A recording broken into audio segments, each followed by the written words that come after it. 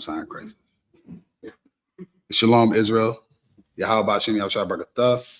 To the brothers, Yahweh Shamar Latham Hashem Yahushua. To the sisters, I'm priest and officer of 1,000 Bars Rakah. All now class. So 13 Shield General Mahayaman shows up. In the meantime, get your questions loaded. Get them ready. So, when the general get here, ready to rock and roll. Let's get these questions in. Let's get, the scriptures ready. Prepare yourself for any question that you done had throughout the week, throughout the weekend, during these wicked holidays, some things you may notice and you want to ask the general and get a proper breakdown. You want to get some skills, maybe add to your arsenal. Make sure the questions are locked and loaded and ready to go. You understand? First thing I wanted to get into is let's just have a discussion with my brother I.S.U.P.K, right?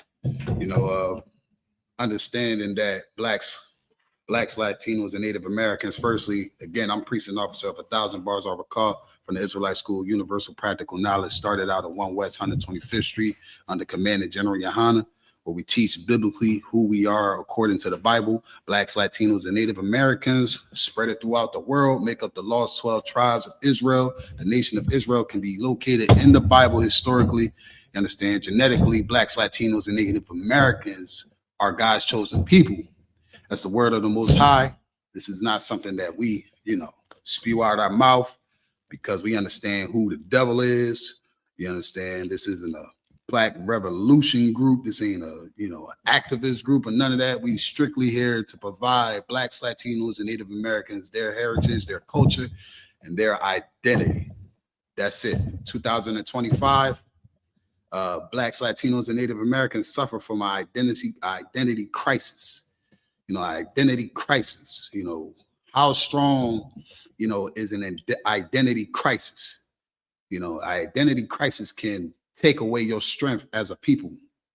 Identity crisis can, have us going, through our lives, trying to figure out who we are, discovering religion to try to fill a void because, again, we don't have any structure as far as a culture. We have a loss of a language. We have a loss of an identity. Right.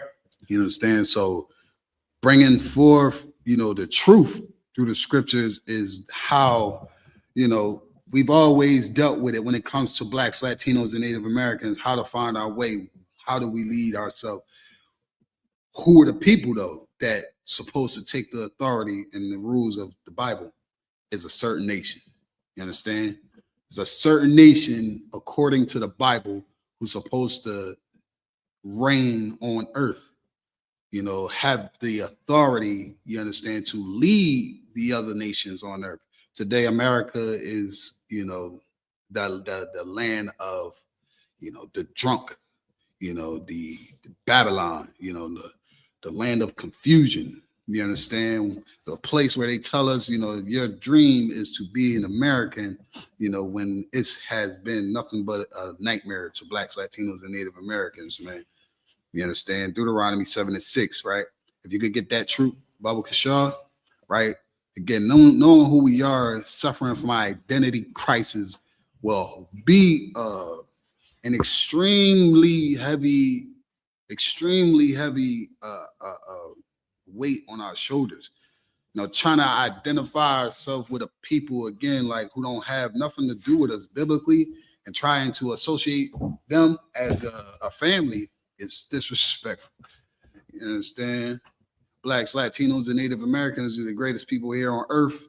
Believe it or not, we are one family. You understand? When I say about one family, we have the same traditions. We have the same cultural history, and we have the same lineage, forefathers. We share the same forefathers.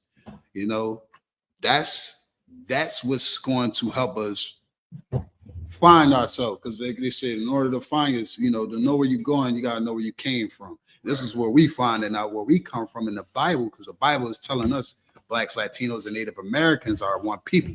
Right. That these one people are supposed to be above everybody here on earth, man. And we don't know that we're a nation, which is one of the reasons why we suffer for identity crisis. We don't know that we're one people. We don't know that God, the Most High God, the power of the Bible, our King Christ, you understand, who made the example of how we're supposed to live, but knowing the Most High chose Blacks, Latinos, and Native Americans to govern the world. You understand? It's a big responsibility, correct, true, you understand? But that doesn't mean that we're not capable of running the earth.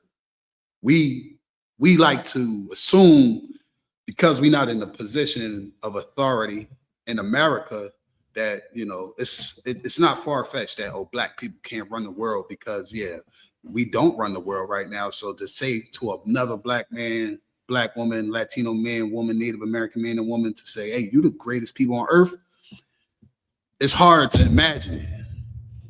It's hard to grasp the fact that the Lord said you supposed to be above everybody. So when saying that to a Black man, it's going to do two things. It's going to give him the strength, or it's going to give him the strength that he needs to help his people, or he will fall victim into religion. You understand? That's where it's going to go. Then, True, you go ahead and read what you got. Deuteronomy 7:6. The book of Deuteronomy, chapter 7 and verse 6.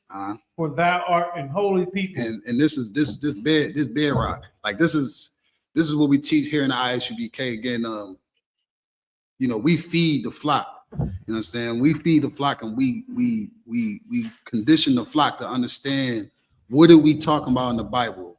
What do we read in the Bible? Knowing that Blacks, Latinos, and Native Americans, knowing that we Israelites is not enough. So how do we identify ourselves with the people in the Bible? We read the Bible.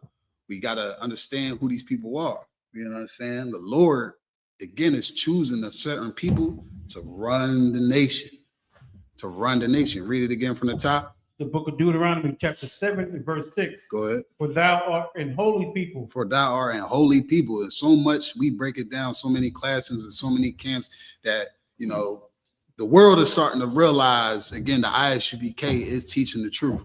Because we hear, I've heard personally, people try to break down, not the scriptures, but they'll say, without the true understanding that, hey, Blacks, Latinos, and Native Americans, or these people, we like to recycle or reiterate the Bible without really truly understanding where it comes from. You know what I mean? So Blacks, Latinos, and Native Americans, the Lord said that we holy. What does that mean? This is going to come out in the next 2-3 years, guaranteed, that now the Lord is going to open up the airways for people to learn what the word holy means. If you've heard it here first from the I.S.U.P.K. what the word holy means. You understand? The word holy means to be separate. This is something that we teach our people, when we don't know. This is something that we go and teach our people, is call it a milk scripture, and bring it out, let them know what does the word holy mean. Most people, they come up with all these different type of things that they heard from Christianity. And Christianity is like, it's like a drug, and what we reading is rehab. What we giving is the solution. What we giving is, the problem to their fix. You understand? And the Lord said that we holy, we are separate people, separate. So a Christian won't say, hey, God loves everybody. That's what they're gonna say off rip. Immediately they're gonna say God loves everybody. But God said these people are holy. They are separate. You understand? This is right here letting us know that the Lord don't think like us. He don't think like an American. He don't think like a Christian. You understand? The Lord ain't thinking like an American. What do Americans say? They say, what they say on the back of a dollar? They say, under God, go ahead, about in God we trust. In God we trust. You understand? In God we trust. Who is we? You understand? Who is we? You know what I mean? Those people saying in God we trust, those are the same people that saying we trust in God, or the same people that put God's people in captivity. You understand? So to know, again, that we are supposed to be separate, That's what the Most High said. The Most High said that we supposed to be separate. You know, you wash your clothes, you don't wash them blacks and whites. You know what I mean? You separate them. Why? Because that's how it's supposed to be. You know, you separate your time. You understand? You don't merge everything together. The Lord is not with merging things together. Again, here in America, Christianity is one of the faces of America. You understand? And they teach us to get together. The Lord said, nah, y'all separate. You know, the Lord said we are separate people. Continue, read. Unto the Lord thy God. Unto the Lord thy God. That right there, like the Lord said, yeah, not only are you separate, but you belong to me. You understand? You get put under my wing, under my protection, under my shadow. That's what the Lord is saying. Like these people who are supposed to be separate, they're supposed to be in my shadow. They're supposed to walk in my ways. You understand? These are my people. I'm gonna take responsibility for these people. You understand? Blacks, Latinos, and Native Americans in America, we don't know that we are these people. We don't know that we are the separate people. Outside of America, they know that they understand nations. They don't look at the world like, oh, we are together. No, they don't look at the world like that. You know, these other nations, they have their culture, they have their pedigree. You understand? They have their God. You understand? They don't look at the world like you could go over there in China, Indonesia, you understand, in these crevices of the earth. You understand? These people know that they are not the same as Americans.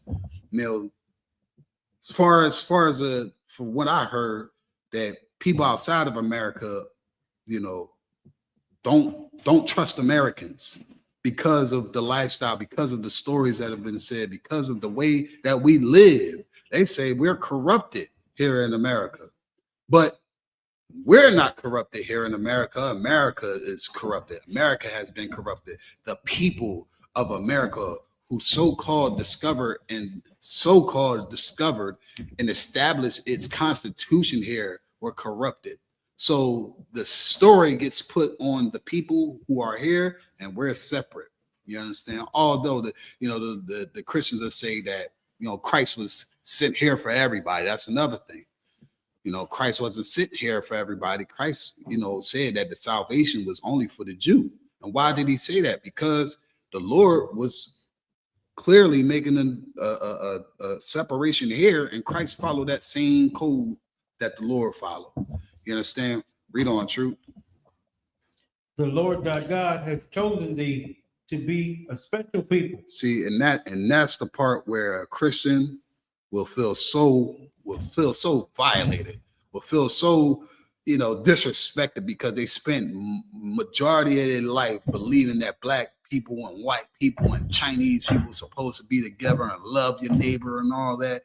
Where that right there, the Lord said, no, we supposed to be a special people, above people, you know. So who are we talking about here? Who was we talking about in this time? You know, the context is what matters. You know, those people were the people who were dealing with God. Moses was being dealt with the Most High. Moses was, you know, the voice of the Most High at that time. And Moses wasn't walking around with everybody on earth. Moses didn't come to, you know, free the Egyptians. Moses didn't come to free the Canaanites. Moses came for a specific people, a separate people. You know, they understood nations. You understand? This was clean. They understand nations. You know, we understand not here in America that we separated by a nation, but we understand that we have a choice of religion, and religion is what separates people here in America. You know, doesn't separate us because the Lord said, like here in Deuteronomy 7:6, the Lord said that we separate because he chose us. What separates people here in America is religion, language. You understand? What's some other things that separate people here in America? You know, well, we got culture. You understand? There's other things that separate us here in America. Let's go on the lower level. You got streets, corners. You know, this corner don't get along with that corner. You understand? This neighborhood don't get along with that neighborhood. You know, they understand what's separate. Why don't we understand when the Lord says something is separate? Why we gotta say, oh no, God is for everybody. God is, that's not what he meant. But we reading out of the Bible.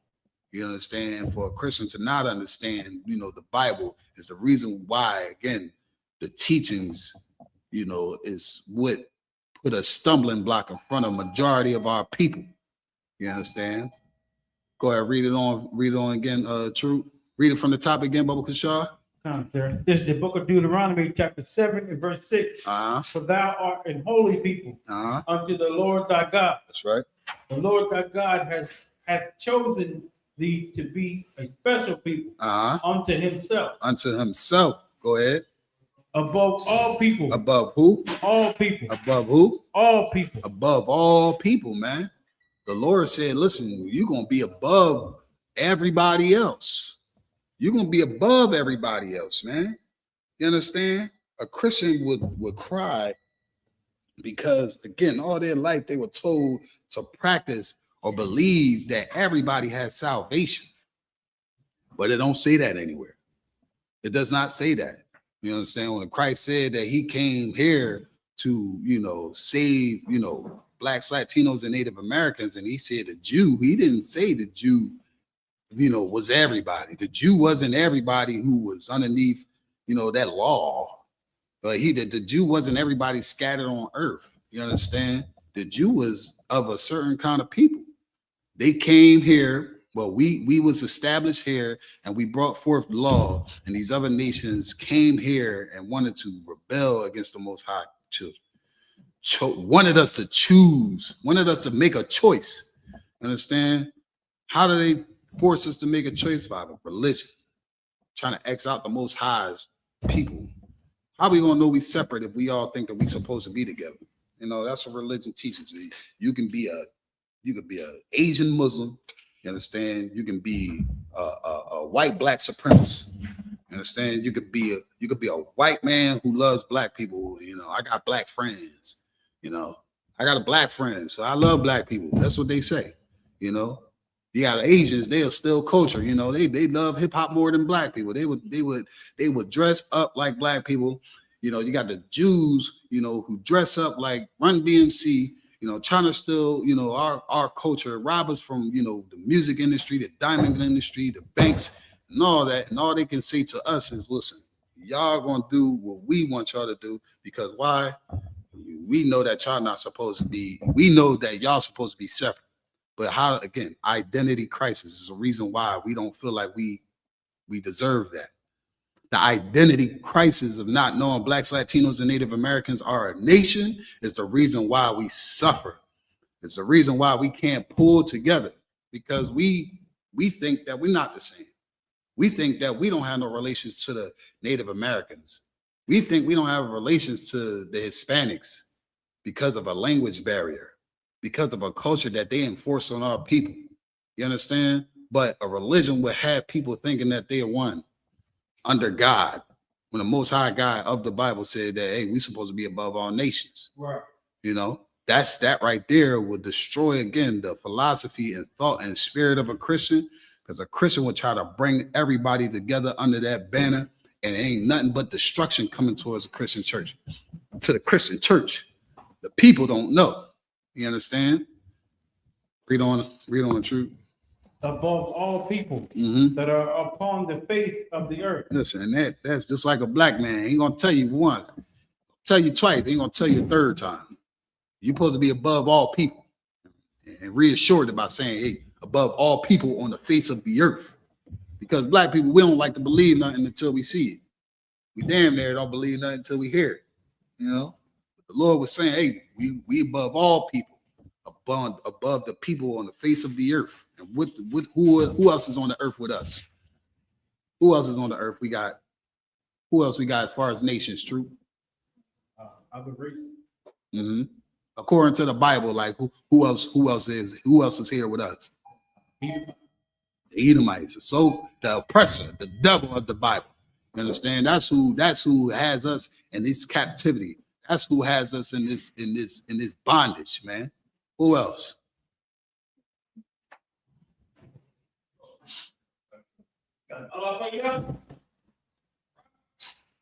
Y'all watching, y'all shop by the top.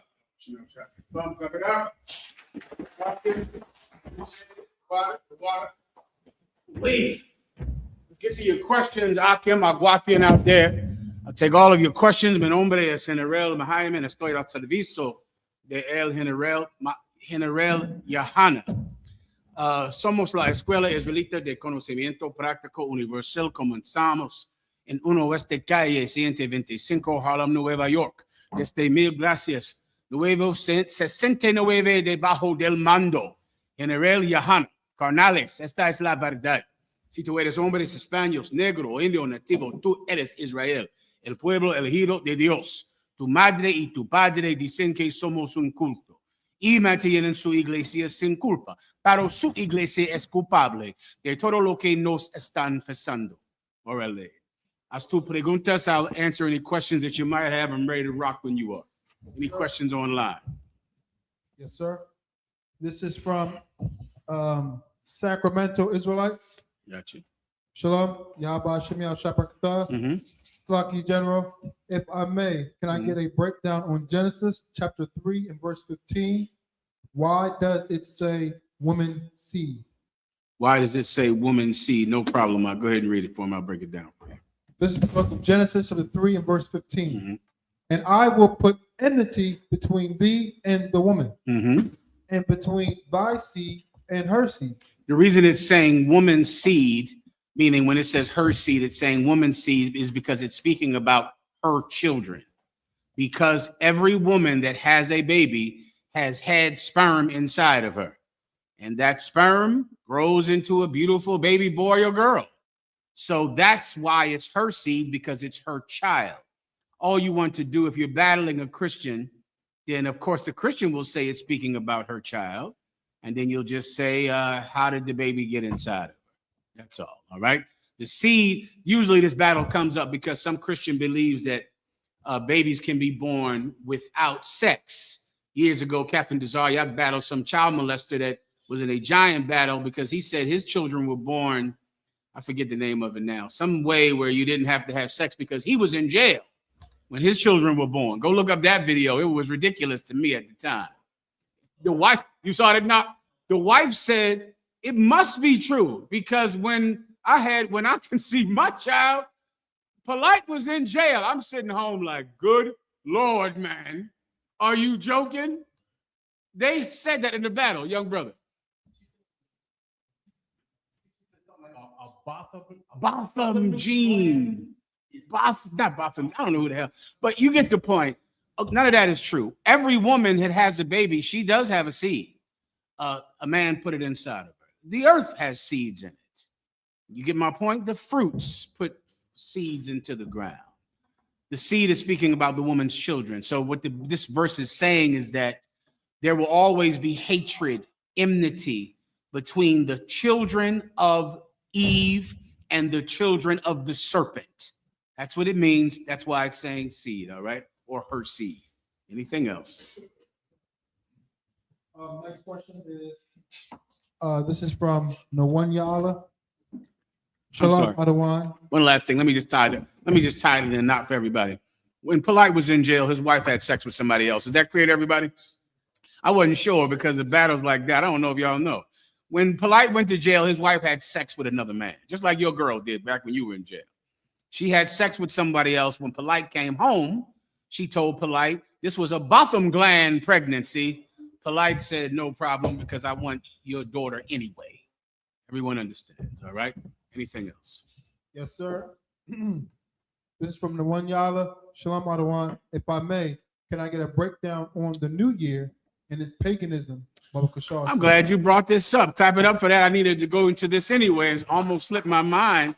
Let me go into the new year. Also, give me the days of the week in English and the days of the week in Spanish. And I'll show you their pagan, or how each holiday, each day of the week, each month is named after another god, because each one of those days is representative of that god, so that you can worship that god at the top of that month or on that day of the week.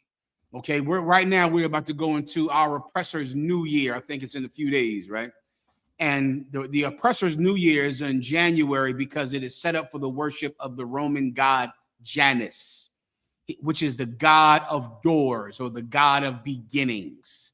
The Romans during the time of Julius Caesar made that the number one god. It was always their primary god, but he denoted this day, this month to Janus, all right, with the Julian calendar.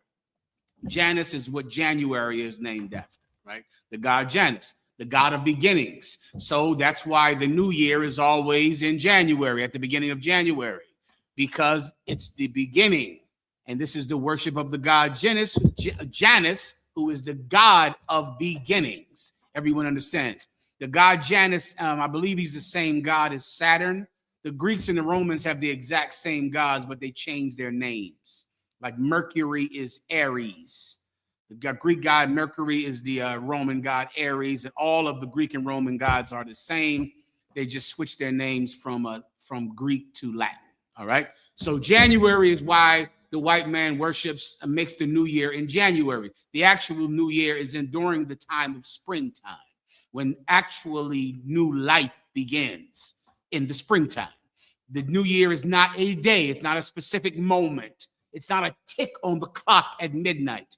It's a season. And the white man, his entire system is set up the way you would have to set up a system under a slave, to push a slave forward.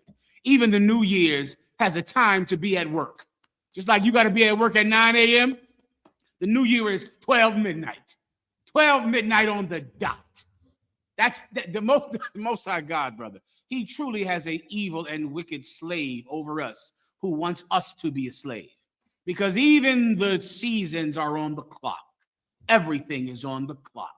The new year does not start at 12:01 midnight, January 1st. The new year is a time. It's a season. It's the springtime. Come on. Please.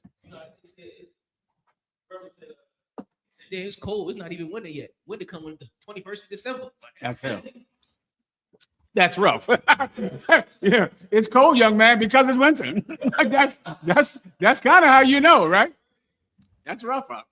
Okay, so January, the white man says that the new year is in January because he's worshiping the god Janus. Then you'll want to worship the god February. February is the she-wolf that supposedly suckled Romulus and Remus when they were, orphans hiding in a cave from their father, who was trying to kill them out of jealousy. That's a common theme all throughout Greek and Roman mythology. A child being killed by his father so that the child can have sex with the mother, because the child is always competing with the father. It's always, I forget the name of it, when it's like this rivalry between fathers and sons over inheritance and the mother's love. And that's a common theme in white people's life today. And it was a common theme all throughout Greek and Roman mythology. All right. February is the worship of that wolf. December is named after 10, the number 10. August is named after Augustus Caesar, right? That's the time to worship him. Give me another month. June is after the goddess Juno. The goddess Juno, which is a fertility goddess, the goddess Juno, or the goddess of peace. Any more? April is another Greek goddess. Her name is April, and she's a Roman goddess. All of the months are named after gods.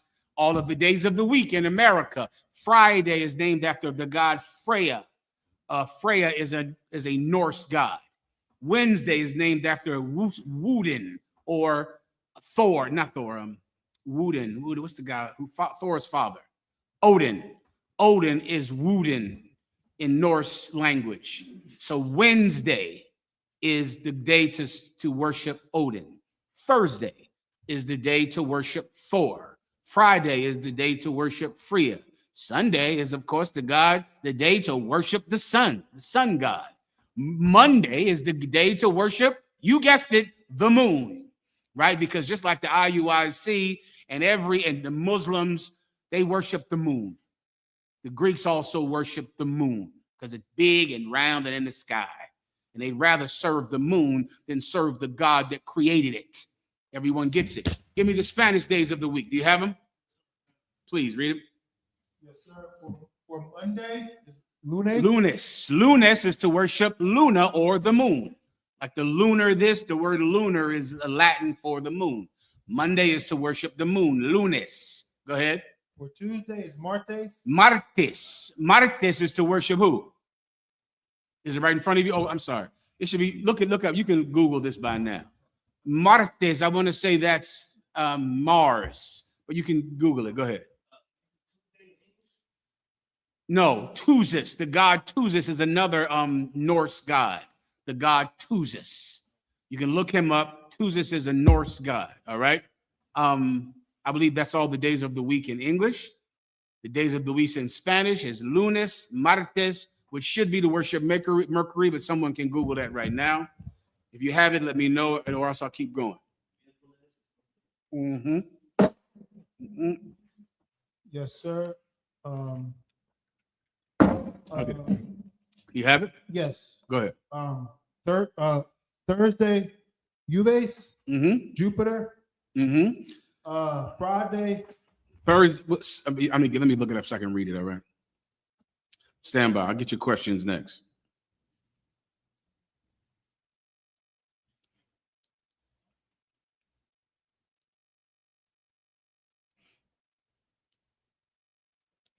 Stand by. Stand by. Bang. Okay, I said lunes, right? That's the worship the moon. Martes is for Mars, right? Miraculous is to worship the god Mercury. Mercury is a god. He has wings on his feet, right? He's the messenger god. He has wings on his feet. His name is Mercury. All right. He has a Roman equivalent. I forget his name. I can't recall his name now. Miraculous is to worship. Miraculous is to worship Mercury. Jueves is Jupiter's day, right? Jueves, that's Thursday, right?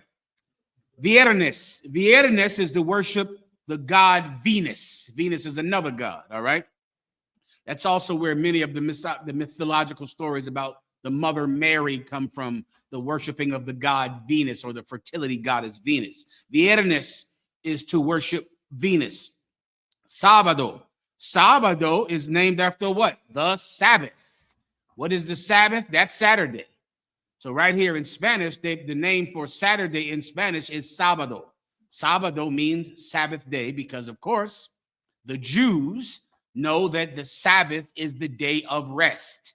And that's why the Sabbath is on Saturday in the Roman dialect, okay? And the last day, Domingo. Domingo is Sunday. Domingo means the Lord's Day. The Lord's Day because the Catholics make Sunday the Lord's Day. Everyone understands, all right? That's the days of the week. January is to worship a strange God. If you celebrate New Year's Eve, you are worshiping a strange God. That's what you're doing. Now, here's what you have to ask yourself, and sooner or later, all of you out there watching will come to this conclusion. You don't care that it's worshiping a strange God.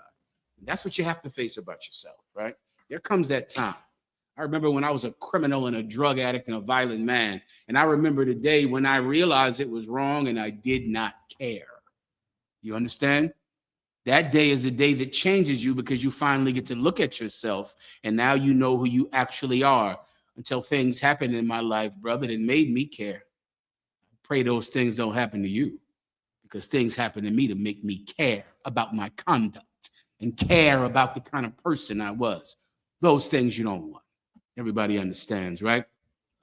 To worship New Year's Eve, it's a pagan, disgusting holiday. When I say the word pagan, what do I mean? The word pagan means rural, or the people of the farm, the people who live, in rural society. That's what the term pagan meant, because in essence, to worship these high holy days, these holidays, you have to be uneducated. This is what uneducated people do, which is whenever you hear the word pagan, like the Christmas tree worship is pagan. Pagan means rural, or the farmers, or the people who live out in the country. They do this because those people generally could not read. And when you couldn't read, you worshiped the Christmas tree because everyone told you to. You did things out of tradition, not because you researched them, not because you had facts on them. Why? Because you are a rural person. All you know is mules and picking cotton or farming. So you worship trees and water and sticks and stars because you're ignorant. That's what the term pagan means. It means rural. Everyone understands, all right? Of course, you have been educated. You're in the Israelite school of UPK, or at least you watch these classes under Commanding General YAHANNA. And this education makes you accountable for celebrating New Year's Eve. Now you're accountable because now you know. Now you know. It's to worship the god Janus. Also, it's ignorant to eat black-eyed peas on New Year's Eve or New Year's Day. Do you know what I'm talking about? It's a slave custom from the tribe of Judah to eat black-eyed peas New Year's Eve and to eat collard greens on New Year's Eve.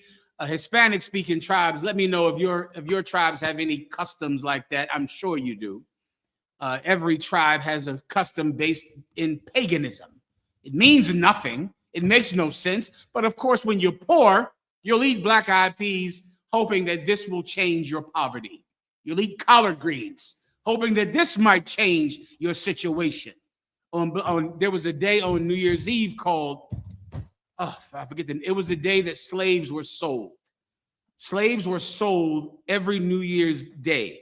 And it was a gigantic day for slaves. And they were praying all night that they would not be sold because it was the first of the year. It was a time when their master had to settle up his debts. And because of that, many slaves would be sold. The oxen would get sold, the livestock would get sold, and the slaves would get sold. So slaves were praying all day, eating collard greens and black-eyed peas, hoping that they would not be sold. And you can look this term up. It was a day that slaves were sold, and it was New Year's Eve or New Year's Day. Everyone understands, right? These customs are pagan. They're ignorant. They mean nothing, and they're the worship of another god. Everyone understands. Cleaning your house. That's another thing that slaves would do. Oh, they get out there and they clean that house, brother, like a paid maid on New Year's Eve or New Year's Day. Why? Because Janus is the god of new beginnings. So however you start the new year off with is how the entire year will be. You go get a gym membership. Or you ladies out there, you go out there and buy a brand new workout outfit. You spend more time, you're going to spend more time looking for that outfit than you ever will wearing it in a gym. That's what you're going to do. You're doing it, why? To worship a strange god. Because in your mind, this is the new beginning. So I get a gym membership. I buy a workout outfit. I clean my house. Spick and span, so my house will be clean all year. You're a pagan. You're just ignorant. That's all. But no longer. No longer, not after tonight. Whoever walks through your door first, someone special, a child has to come through your door, or an important person has to come through your door, because this will set up your entire year. Why? Because Janus is the god of beginnings. All of these customs are ignorant. They're all pagan. They're for people that can't read. You're different after tonight. Everyone understands. Okay. Oro por tu entendimiento. Let's get your next question, please. Yes, sir. This is from Shalom in Christ. I have a question. Why miracles don't happen Please. in today's time, please. like Jonah and the whale? Say that one more time, Mark. Yes, sir. This is from Hamal. Mm-hmm. I have a question, sir. Mm-hmm. Why miracles don't happen in today's time, like Jonah and the whale and donkeys talking? Why don't miracles happen like Jonah and the whale and donkeys talk? The reason that you believe miracles don't happen is because they don't happen for you. That's why. That's the reason. I know miracles happen because they've happened for me. You understand? They've happened for me. If you don't believe that miracles exist today, brother, then you have to ask yourself, why isn't God doing miracles on my behalf? There are many brothers and sisters in the UPK that know that miracles absolutely still happen. I pray you understand. Is there anything else? Sir. Gracias. Yes, sir. Shalom. This is from Desderon. Shalom, General. Shalom. How do we know that the red pottage in Genesis 25 and 30 is raw meat? You just got to Google things. It's a sister. I believe it's a brother, sir. Oh, it's a brother. You got to Google what that means. Red pottage. Pottage is stew. That's what pottage is, stew. You get a Zondervan Bible dictionary, young brother. You look up red pottage. Pottage is a stew, right? Because Jacob was making a stew. But Esau did not want to wait for the stew to cook. He didn't want to let that pot bubble, like the Benjamites say, and wait for that food to cook. He wanted that red pottage. So imagine stew meat that you would make a beef stew with or venison stew with, and you don't want to wait until it's cooked. It's red pottage. To know, you got to get a Zondervan Bible dictionary. Próximo. Yes, sir. This is from Tribe of Issachar. If I may, mi general, a precept for keeping it Mi strong. general. Just so you know. Right. That's why he said me general. Because he's saying me general. Go ahead. Mhm. A precept for keeping it strong in the truth. A precept for keeping us strong in the truth. Boy. Okay, let me give you a general breakdown on that.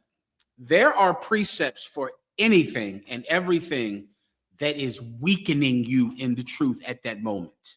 That's what you want to first remember. You're going through problems with money. There are precepts about that.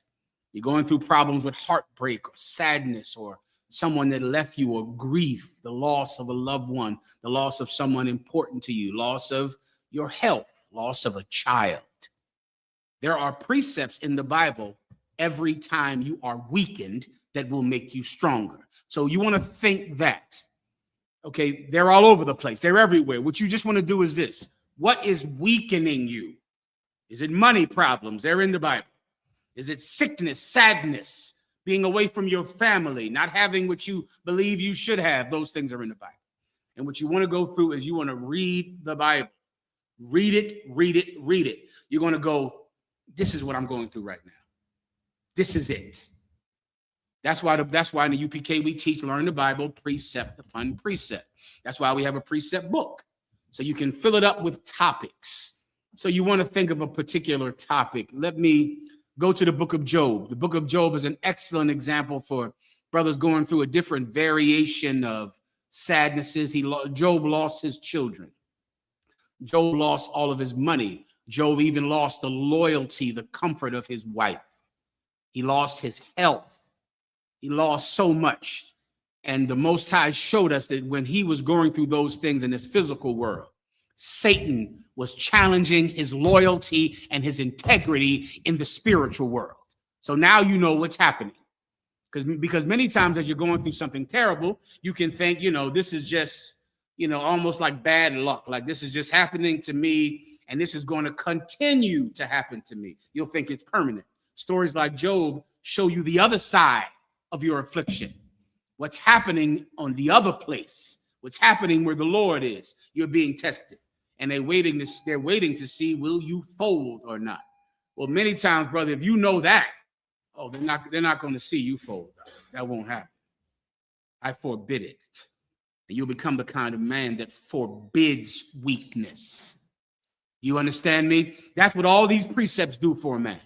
And I know there are so many people in this world that wish there was a magic pill for weakness in the spirit, for being someone that loses integrity, that loses loyalty.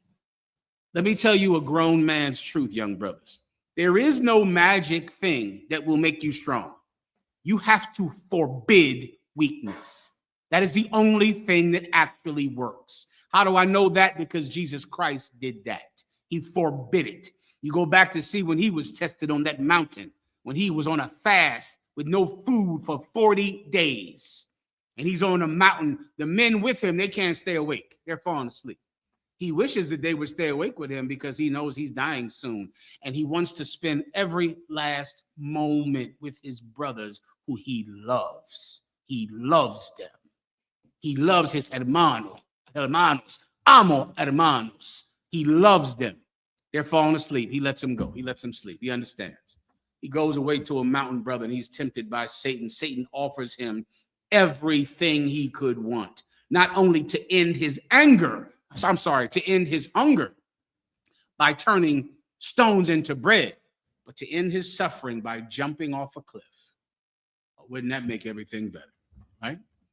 Everything would be perfect. No more pain. No more crucifixion tomorrow, right? No more. Satan said, bow your knee before me and I will give you the glory of every kingdom on this planet. And he said, I, the Lord, say, I am the Lord thy God. Thou shalt have no gods before me. He forbid doing something like that. I can't do that. I can't do that, even though I would love to be rich and not just a fallen king's son who's a carpenter in a ghetto.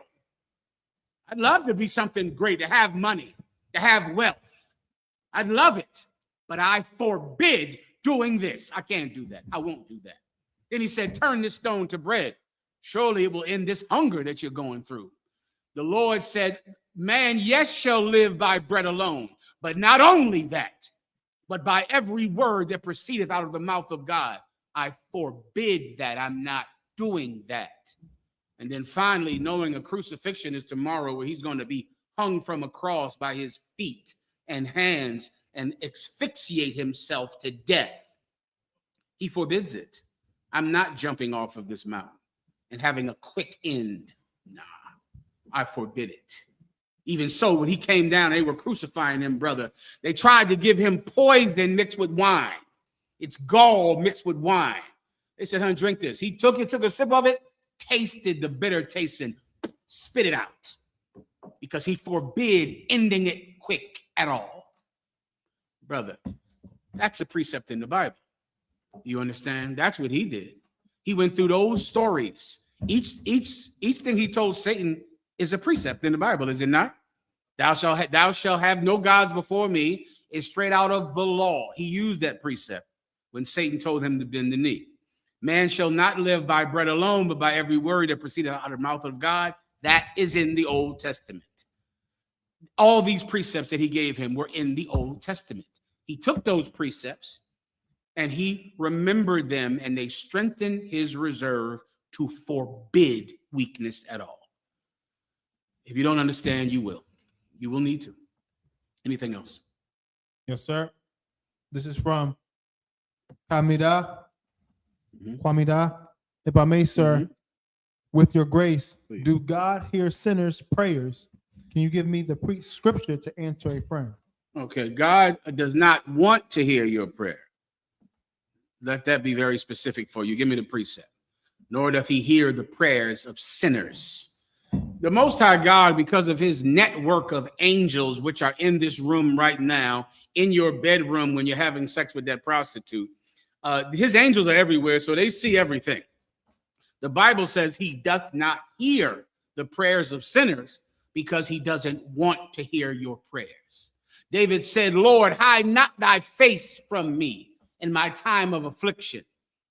The Most High God, while you are suffering and dying, he'll just turn his head so he doesn't see it. He doesn't see what's happening to you. Lord, hide not thy face from me in my time of affliction.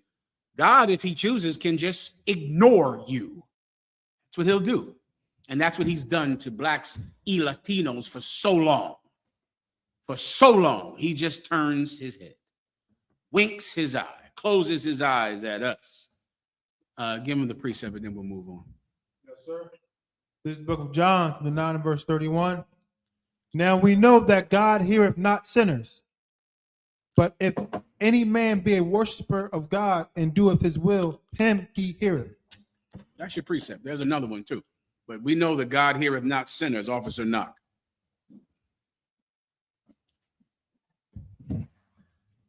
We're going to start Isaiah 1 and 15. And when ye spread forth your hands, I will hide my eyes from you. Yea, when ye make many prayers, I will not hear. Your hands are full of blood. That's your precept. All right. Is there anything else? Sir. Give Captain REI a hand. He came back from Jamaica. I told him I thought for sure he was going to call me from a Jamaican prison any second. Give him a hand. Well done. All right. Go ahead. Khan, this is from Kamawal. Mm-hmm. Do you have any precepts on how to stop being lazy and in the truth, and also everyday life, and how to fight that demon? Okay. Well, once again, I'll tell you this. There are many precepts about not being lazy, and I'll give them to you. However, they're not magic. Do you understand? There's no precept like, I read this. Now I'll get up and off my ass and do something with my life. That is not how it works. Now, there are precepts in the Bible. I'll give you a few. But if you want to do something with your life, if you want to get up and be a camp leader, if you want to go to camp, if you want to get in the work of the Lord, then you are going to have to forbid anything else. That is it. It's discipline, young brothers. Discipline. It's forcing yourself to do a thing. I'm going to give you these precepts, then I'll give you the real answer after I give you these precepts. Give me, he that is right in a small thing is righteous in much. And the thing that is little is righteous in much. I would always start there. Give me what's the other one I usually would give? Make thy election sure. I would take that. And I would also take with all thy heart and all thy soul. I'll take those three. All right. Then I'll tell you the real answer, or to be more specific, how do you apply them and why aren't they working right now? All right. Just find those quickly and then I'll move on. Yes, sir. This is the book of Luke, chapter 16 and verse 10. He that is faithful in that which is least is faithful also in much. He that is faithful in that which is least is faithful also in much. What does it mean to be faithful? Let me give you a modern day term to understand it. Trustworthy, reliable.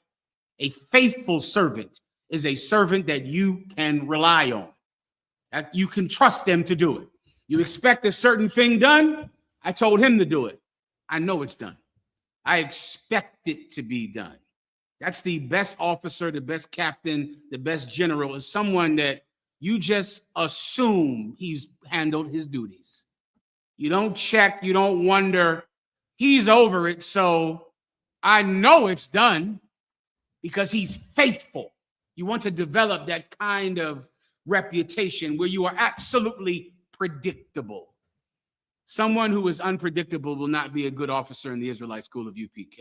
I told him to come to camp. Will he show? So menos, some more or less, maybe. I don't know. He might show up. Will he pay his tithes? Might. Yeah, I don't know. Will he? He said he was going to be at camp tomorrow. Is he going to be there? We'll see. Primeramente Dios. We'll see. Lord allow. Maybe he'll show up. I don't know. Espero. Hopefully. That's an unpredictable person. He won't be any good around here. Not for long. I'll run him out the truth. I run all that type out the truth constantly. I make it my, profession to run the weak out of this school. Someone that's predictable, faithful, right? He that is faithful in a small thing is faithful in much. How do you become someone that is reliable? Do a small thing with all your heart and all your soul. Just pick a thing. And sometimes in your mind, you'll think, man, I want to become this different person, right? Like so many brothers are like that. Where you see yourself and you are a piece of garbage. You know that about yourself. Why? Because you see other brothers. Oh, in the rank raise day, that lets everybody know, doesn't it? Oh, when the rank raises come in, doesn't that just shine a light on you? When the rank raises come in, you'll go, damn, he getting raised up. He came in here before, after me. He's getting raised up above you. Why? He earned it. You want to start looking at that. It ain't a mistake. What do you think? There was a mistake in the paperwork? Nobody knew that you were in the truth before him? Huh? No. He earned it. He's faithful.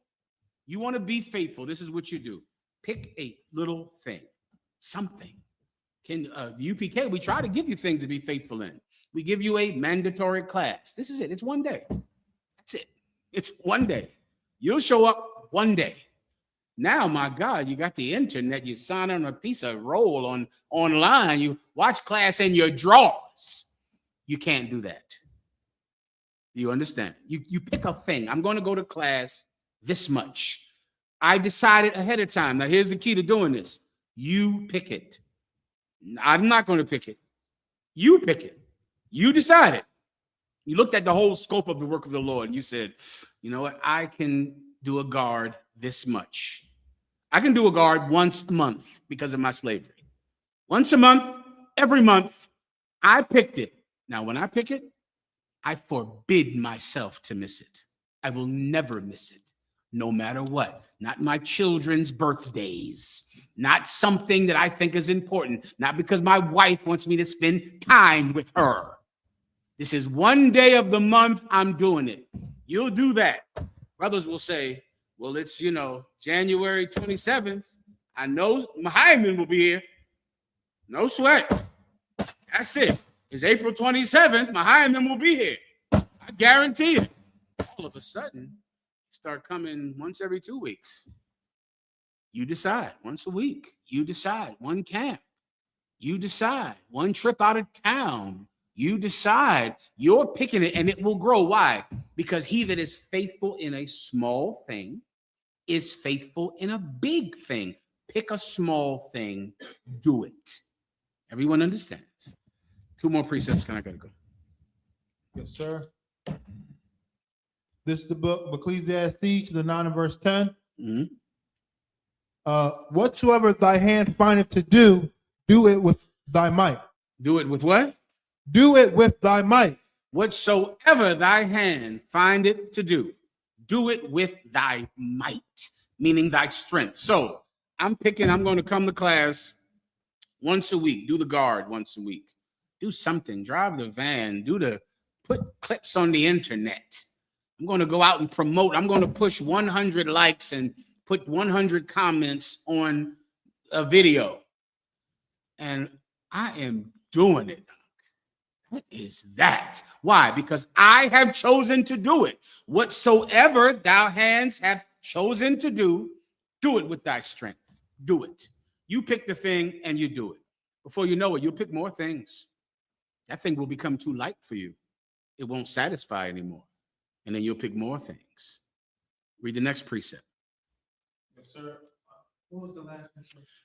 Make thy election sure. I'll just tell them where it is and I'll break it down now. The Bible says, make thy election sure. You might also want to remind yourself that we're doing all these things for a goal. We want something out of this. This is not just altruistic, instinct. This is not just us wanting to be good guys. There is nothing good about me, nothing at all good about me, but I absolutely can pursue a goal. I can do that. I'm not a good person. I don't ever attest to be because I know I'm not, but I know I absolutely can pursue a goal with all my might. Con todo tu corazón. Ama a Dios con todo tu corazón. Ama tus hermanos como a ti mismo. That's the last precept. You want to love the Lord thy God with all your heart. All of it.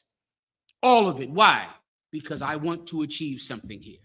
Because I want to do a thing. I want to make my election sure. Do you want to rule the world or not? Sooner or later, you decide that. Do you want actual power? I mean, that thing up is so unattainable to your father, to your grandfather. I mean, really being in charge, really ruling. Don't you want to decide who lives and dies in Europe? Don't you want to decide the economy in Japan? To decide how much rice is sold in India? Don't you want that? Do you know there are men, and that is their job? They're doing that. Some fucking idiot who was a reality show host is deciding the economy right now, deciding who pays tariffs and who does not. deciding whether or not this country gets aid or this country starves. He is doing that. How did he do it? Because back in 1776, there were men who were willing to do anything to rule the world. Are you that man that can contend with them? I've decided to be that. And I've decided to forbid anything else. That's what you'll have to do. That's the final piece that you'll need. And if you don't have it, thank the Lord that there are men that do. You can get back to, your family or whatever you're doing. Is there anything else? Yes, sir. The precept was in 2 Peter chapter 1 and verse 10. Solid. Next question. Yes, sir. This is from Quashah Bun Yahawada, Salaki Alawat. Can you break down Ecclesiasticus chapter 29, verses 4 through 6? Please. Khan. This is the book of Ecclesiasticus chapter 29 and verse 4. Many, when a thing was lent them, reckoned it to be found, and put them to trouble that helped them. Verse 5. Till he have received, he will kiss a man's hand. This is about a false friend and a false friend that uses you for money. That's the point of this, all right? I'll break this down for you. Read it one more time. Go ahead. Yes, sir. This is the book of Ecclesiasticus, chapter 29 and verse 4. Many, when a thing was lent them, reckon it to be found. Many, when a thing was lent them, they remember it like it was found. Meaning, imagine you finding $200 on the ground. You'll go, thank the Lord, I found $200. Whoa. I lent you $200. You didn't find that money. But so many people, when a thing is lent them, they reckon it as if they found it. Do you understand? They look at it like a blessing fell into their hands, not that they received a loan from someone. And because of that, they're not going to pay you back. They're going to be happy that they received the money, like they hit the lotto, or that they hit the number, or that they hit Vegas and hit it big. They're not going to remember it like, this money is not just found money that I'm so thankful to have. This money is a debt to pay back. They won't think of it like that. They won't reckon it like that. Continue. And put them to trouble that helped them. And they will put them to trouble that help them. What's the trouble you're going to go through if you help someone by lending them $200? The trouble of saying, do you have my money? When are you going to get my money to me? I need my money. Do you have my money? Now you're in all this trouble because you're being vexed to get this idiot to give you your money back. Now you're in trouble. You're in trouble. Why? Because he looked at your loan like he found money, like it was a blessing from God. That happens, which is why you need counsel before you lend anybody money. I don't know how many times I've said this in the UPK. You should not be lending anyone any money without getting counsel to do it. You shouldn't be doing your stupid business ventures, your idiot plans. All of you are a bunch of stupid entrepreneurs like Puff Daddy. All of you want to be Puff Diddy and start a record label. And then before you know it, you're going to shoot each other over it. You should not do it. You shouldn't. Here, this Bible is in the Bible. We've learned it. We've taught it. I'm teaching it again. Let's see if it works. Read it one more time. Yes, sir. Many, when a thing was lent them, reckon it to be found, and put them to trouble that helped them. Verse 5. Till he have received, he will kiss a man's hand. Till he have received, he will kiss a man's hand. He wants your money. Before he gets it, God bless you, brother. Oh, you're just a wonderful brother. Is that a new frankincense? Did you buy some Tazariak oils? My God, you smell so good. Where'd you get that garment from? That incident. Who braids your hair, brother? You got wonderful hair braids. Oh my God. Oh, I watched your class last week. Oh my God. The scriptures came alive. I heard Jesus is black, but not quite like you break it down. Before he has received, he's going to be kissing your hand. Keep going. And for his neighbor's money, he will speak submissively. For his neighbor's money, he will speak submissively. He's going to do it. Keep going. But when he should repay, Read that again. but when he should repay, Read it again. but when he should repay, Oh, but when he should repay, when it's time to give the money back, go ahead. he will prolong the time. He will prolong the time. That's the Bible, brothers. All right. That's in the Bible. You see how everything is in there, right? Everything in your life is in there. Everything. Keep going. And return words of grief. And do what? And do what? And return words of grief. And return words of grief. Now it's time for him to grieve you and hurt you now because you already gave him the money already. I've even had people call the UPK. They leave the truth and they pay tithes and give some donation and then they want the donation back. You are never getting any money back that you give to this school. If you give this school your rent money and your child's college fund, it is gone. You will never receive it again. Your mother needs a heart surgery. You're not getting the money back ever. Everyone understands. Anything else? One more verse, sir. Please. And complain of the time, verse 6. And he complains at the time. You know, that's like, but I need more time. Come on, I need more time. He'll complain. Now he's not kissing your hand anymore. No more compliments now. Now he's grieving you with his words and complaining about giving the money back today. He needs another week. He needs next week. He needs 2 weeks. He needs to tell the paycheck or top of the month or whatever that garbage is they always say. Keep going when the taxes come in. That's next. When he gets his taxes, continue. Verse 6. If he prevail, he shall hardly receive the half. Read that one more time. If he prevail, if all of this trouble works of you grieving him, you will hardly receive the half of what you gave him. Continue. And he will count as if he had found it. And he is going to act like he found it. He's going to act like it was, once again, a miracle to get it. Let me explain something to you. You want to know how do you do more in the work of the Lord? You want to know how to use survive weakness. You want to know how to pay a debt back that you owe. Here is the missing piece. It has to be important to you to do. There is no man that will not do a thing that is important to him. That's it. The reason you're not doing more in the work of the Lord is because it's not important to you. The reason you don't pay your tithes, but you do pay your light bill and you do pay your phone bill, is because your phone bill is important to you. You don't want that phone to get cut off. How will you get whores on Instagram without this phone? How will you stalk 35 women all for your woman to get in your phone and find out how many whores you're talking to on your phone? This phone is life and death to you. It's important to you. Not important enough to put a code that's hard to break, but important to you to never get it turned off ever. It's important. You pay your phone bill, you don't pay your tithes. You go see your woman or some slut, or you don't go see your woman, but you go see the new young tail that you get. That new girl you're haunting, the new girl you're stalking like a jungle cat. You go see her, but you do not go see your woman. Her, she calls me. I'm talking to her all the time. I'm the one that's talking to her. Walk in the room and hear her crying. She's on the phone with me. You're not there at all because I know you are jungle hunting more tail all over the internet.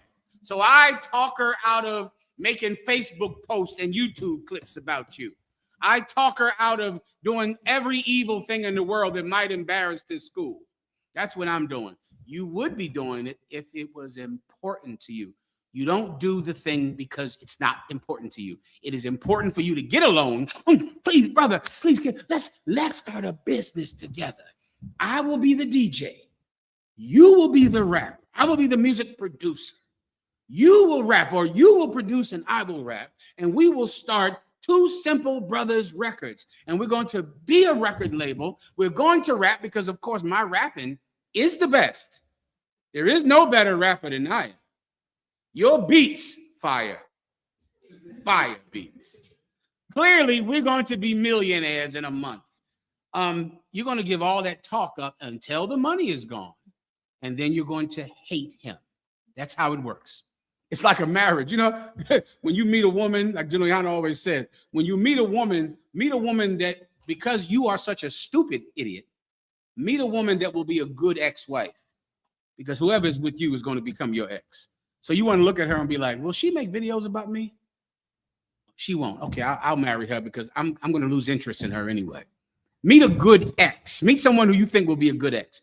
And when you go into business with some brother to become a record label or to become some entrepreneur, what's the brother that will be a good enemy? Because he and I are going to be enemies at the end of this. Are we going to get in a fist fight? Are we going to shoot each other? No, then I can't pick him. You need a brother that's just going to just stop talking to you. You don't need a brother that you're actually going to shoot each other in the middle of the street. Everyone understands. I know you don't. I'll move on. Is there anything else? Yes, sir. This is from Ayathan. Salaki, sir. May I have a breakdown on Romans chapter 2 and verse 4? You got it. Yes, sir. This is the book of Romans, chapter 2 and verse 4. Or despisest thou the riches of his goodness and forbearance and long suffering? You better go me 2 verses. Is there something in specific about this he needs? Just a general breakdown, sir. Go ahead. Read 1 verse above it then. Yes, sir. Verse 3. And thinkest thou this, O man, that judgest them which do such things? Read 1 more verse above it. Kavokah. Verse 2. But we are sure that the judgment of God is according to truth against them which commit such things. 1 more verse. Kavokah. Verse 1. Therefore thou art inexcusable, O man, whosoever thou art, thou judgest, for wherein thou judgest another, thou condemnest thyself. Okay, I think that should be a good place to start. When you judge another, you condemn yourself. What judging are we speaking about here? Just so you could understand it, just to make sure that you don't have any Christians still left in you, give me Romans, the 6th chapter. Romans 6, that's what you need. This is the book of Romans, chapter 6 and verse 1. What shall we say then? Shall we continue in sin? Give me the saints shall judge the world. I think that's there, but I could be wrong. Yes, sir. Kavokah. Know ye not that the saints shall judge the world? Maybe 6 and 15, and maybe it's not there at all.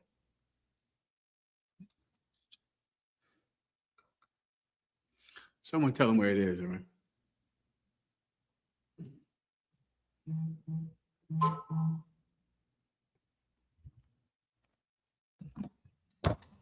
Yes, sir. I think it's 1 Corinthians 62.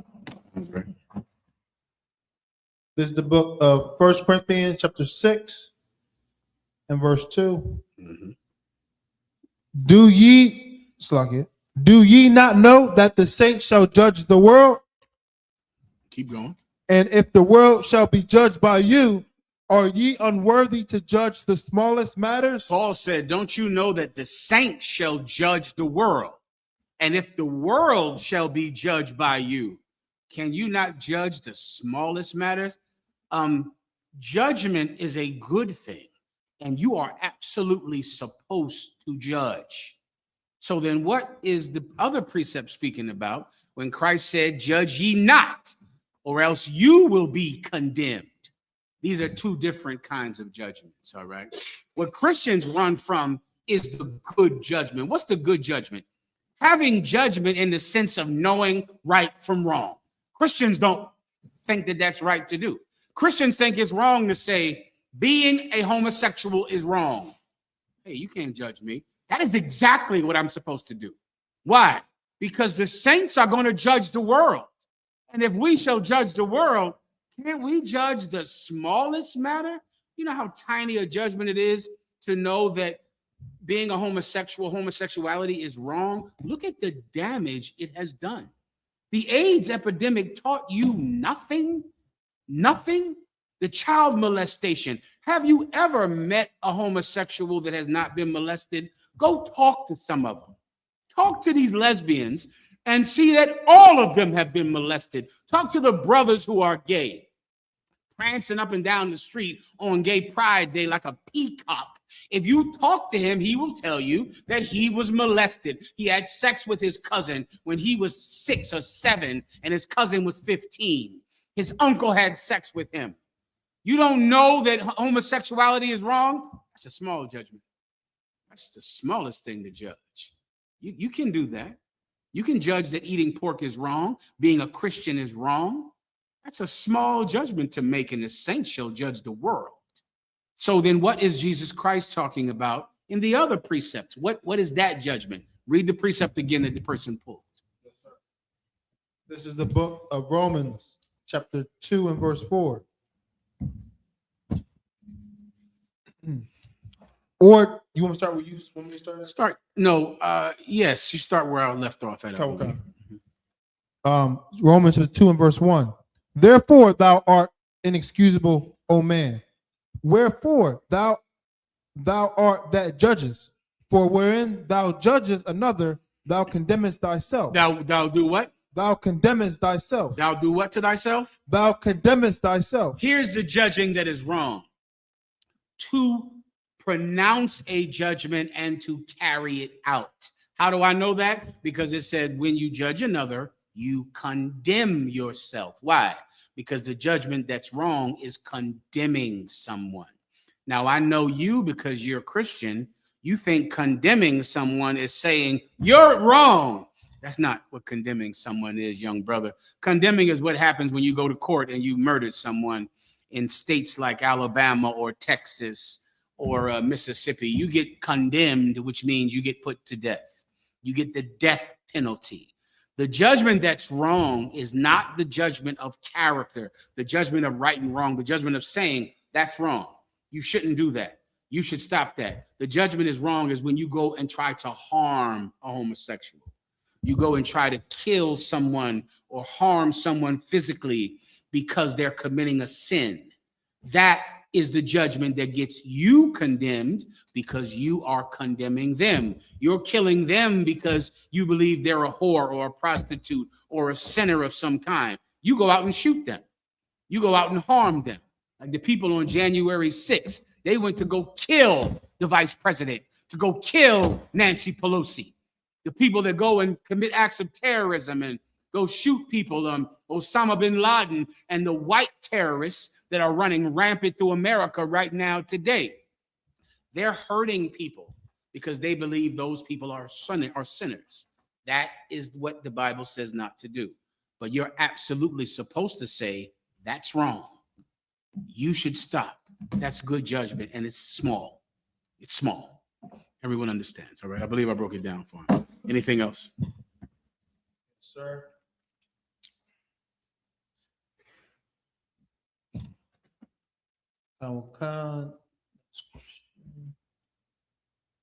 This is from Akia 1 West.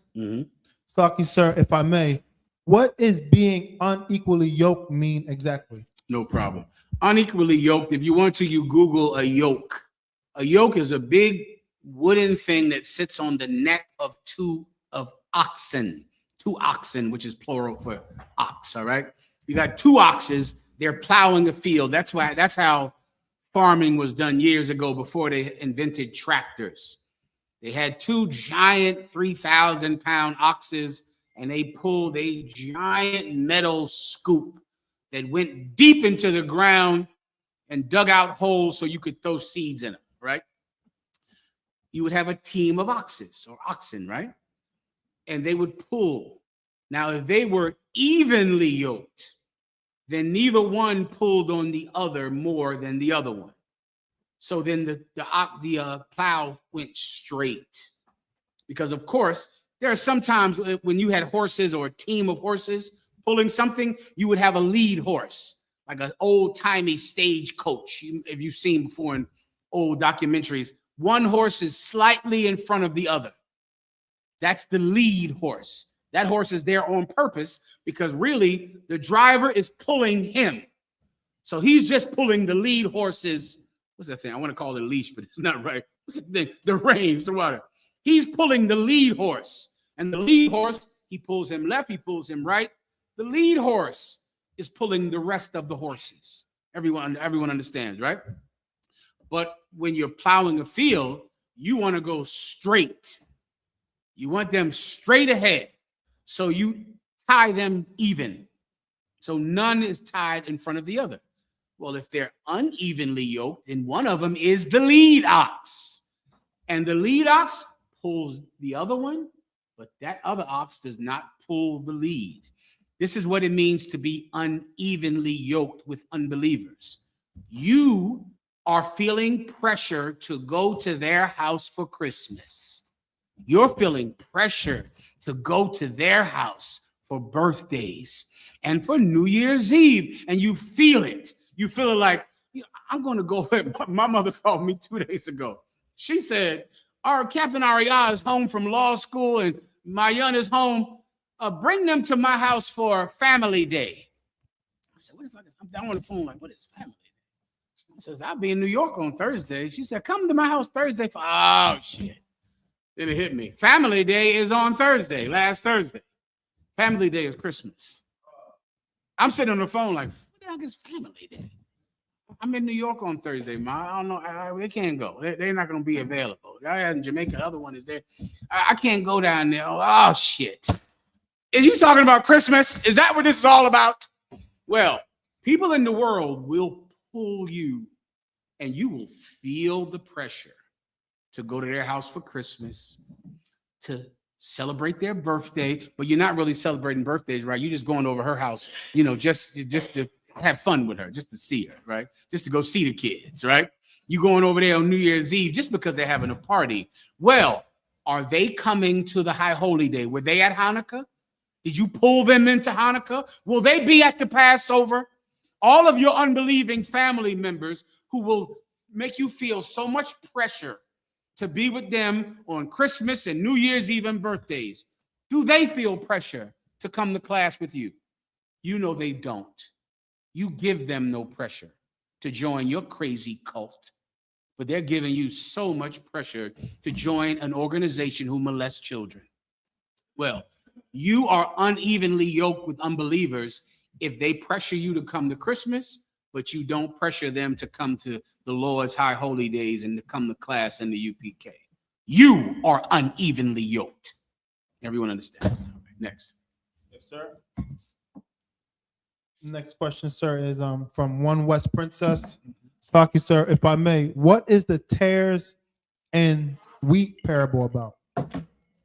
The tares and wheat parable is about people in the truth. Some of them are sincere. Some of them are not.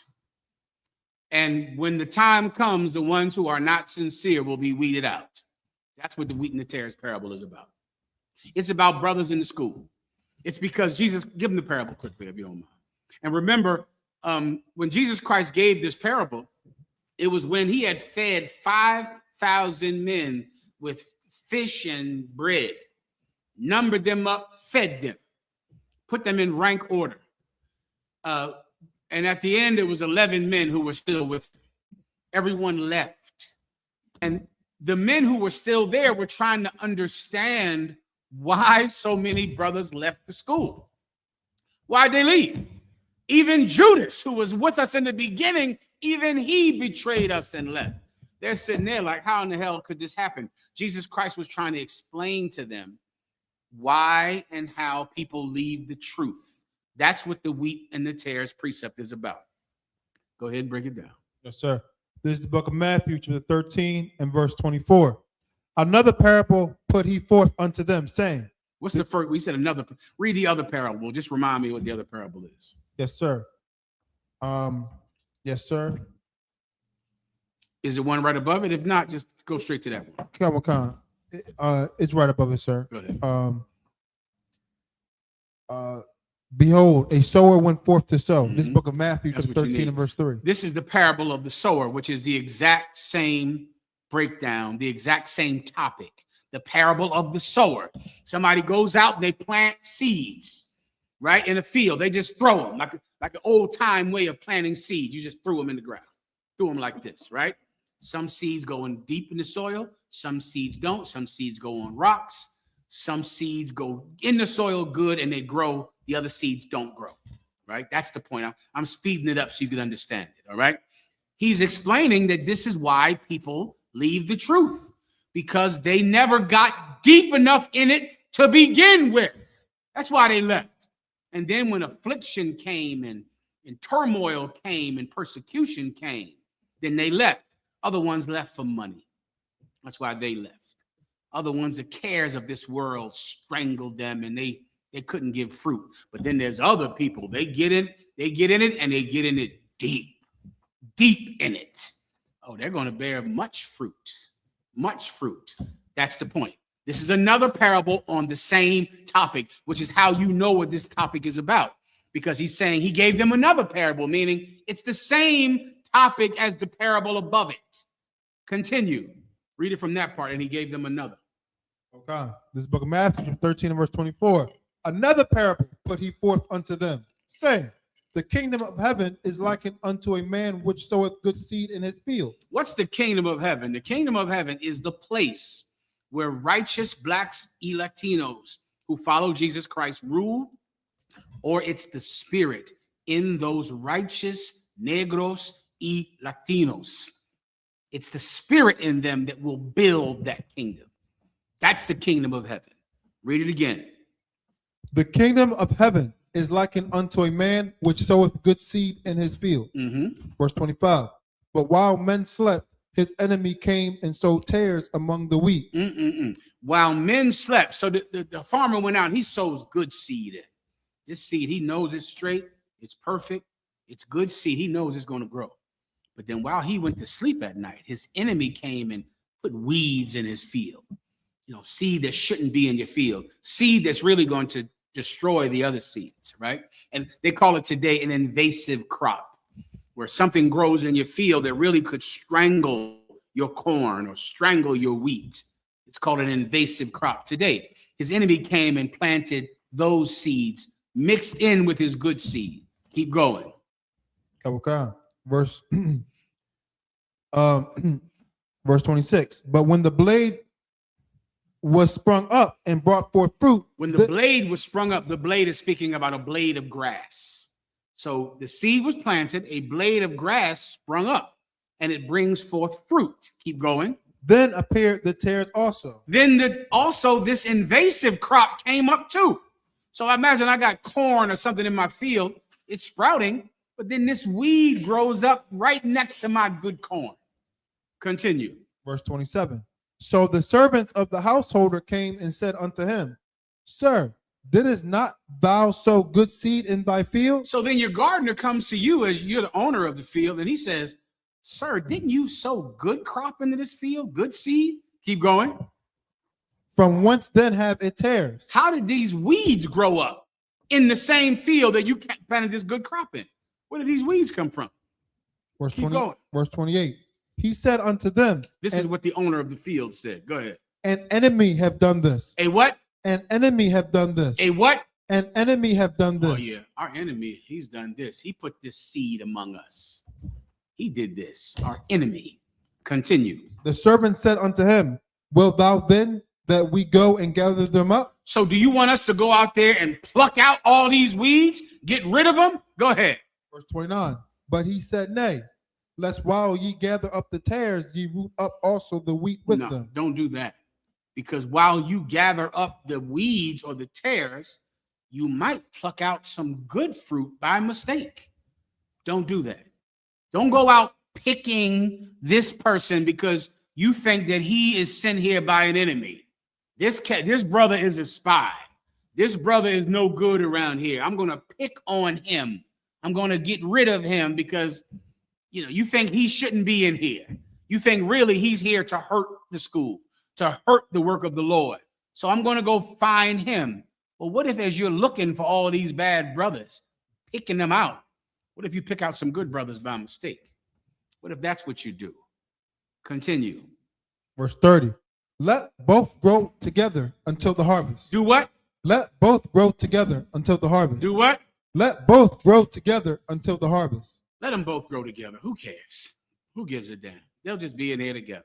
Some brothers in here because they're sincere. Other brothers are sent in here by the COINTELPRO program because Donald Trump sent brothers in the school like he did the Black Panthers, destroyed them. The Brown Panthers destroyed them. Black Lives Matter destroyed them. Muslims he totally set Malcolm X against said fool, old man he was following. Elijah Muhammad, my God. I mean, some cats start talking to Malcolm X, telling Malcolm X that Elijah Muhammad had wives. Malcolm X, because he wanted to be in charge, used it and destroyed himself and destroyed the Nation of Islam. Then you had another cat with what's the other cat who was with Louis Farrakhan? Black bald-headed cat. I forget his name. He's dead. Anyway, all of these organizations, they all turn on each other. All of them. What destroys organizations who are not mainstream Christian organizations? Infighting. That's what destroys organizations like ours. Fighting each other. That's how all of them end. Divide and conquer. That's how imperialism oppression works. It worked with the Mexica over there when they turned the Aztecs and turned the Aboriginal Mexicans against each other. The Spaniards did it and they fought each other and then they killed each other. It worked with the Civil Rights Movement. It worked with the Nation of Islam. It worked with the Black Panthers. The modern name for it is the COINTEL program of the FBI, when really the members in the organization work for the government. They're there. I have a story in my phone I was going to bring out on Thursday, where these cops in Detroit went to raid a biker gang. And they pulled guns out on the biker gang. The biker gang pulled guns on them, and they were both cops. And they shot each other. I said, my God, can you imagine these biker gangs and Muslim groups? Half of the members are cops. They're all cops. So when the cops raid the place, they say, freeze police. The biker gang says, you freeze, we're the police. And they shot each other, and it's in my phone. In Detroit, Michigan. You can look it up and Google it right now if you want. Because so many of the members are really sent there by an enemy, sent there to get people to commit crime. That's why if anyone in this school tells you to commit crime, that person works for Donald Trump. Whoever tells you we should go rob this person, we should go steal this, we should go commit this tax fraud or this PPL, what's that loan y'all brothers were getting when y'all was stealing that money from the government? PBL? PPP. Let's go get a PPP loan. Let's all come together and get a PPP loan. Any brother in the Israelite school of UPK that is telling you to commit crime, he works for the FBI. Everyone heard me say that, right? That's what his job is. He wants you to go fight somebody, to go rob someone, to get in some credit card scam. He works for the government. We know it. We don't care. Because God forbid, as we go pluck him out and as we go and lawfully and righteously get him out of here, we might harm somebody who's not from the government. So we just let them be in here together. You'll know when they go and try to get you to start two dumb niggers entertainment. But what we have to do first is rob this place and steal this and get this scheme and do that scheme so that you can get a charge. So now you work for the government too. All right. An enemy has sent them among us. As the school grows, this spy grows too. This person who's really here to hurt us, he grows up too. Should we go get him? Should we go pluck him out? Nah. When the harvest comes, he'll be plucked out by the Lord. That's all. You let him be in here. Let him be right in here. No problem at all. Who cares? I don't care about none of that garbage. When the time of harvest comes, the Lord will sift him from among us. We don't have to do anything about it. That's what the parable of the wheat and the tares is about. All right? Próximo. With that said, let's pass the class over to Priest Officer Barzal. Give him a hand.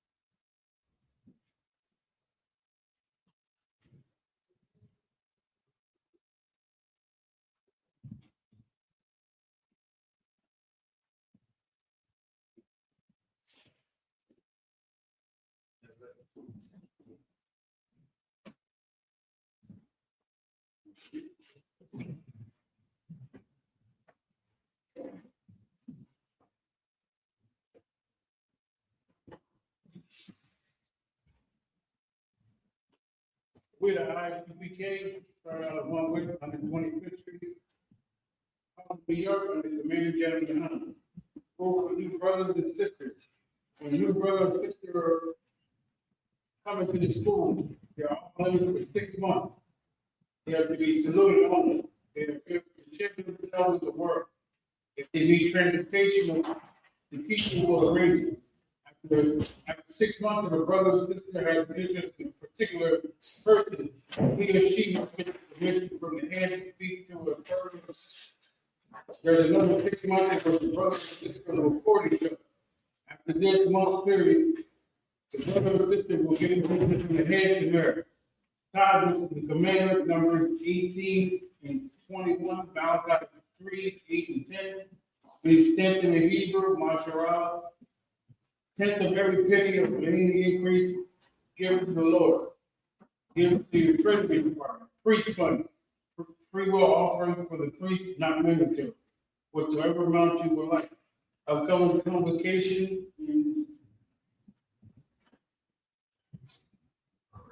The Feast of Purim, and then it's the 14th day and the 15th day, 14th and the 15th day of the month of the 12th month.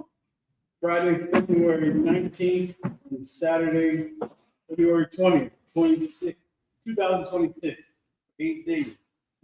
Found in Esther 9, 20, and 31. As a reminder of all items to read and check the bulletin board in the hallway. If any brother wants to be a trooper in the school, start wearing all black, boots, shirt, and headband and scarves. That being said, when Israel watch you, one more person salute. Then Israel, Shabbat, Barak, so, he says, "Most High, bless you in the name of Christ, sorry in terms of consistent systems, how high you stand, and Israel will be consistent with Christ's salute. And then Israel, Ahmad Shabbat, Ahmad Barak, Yahweh, we said, "Most High, bless you in the name of Christ, got you the top, let's dismiss."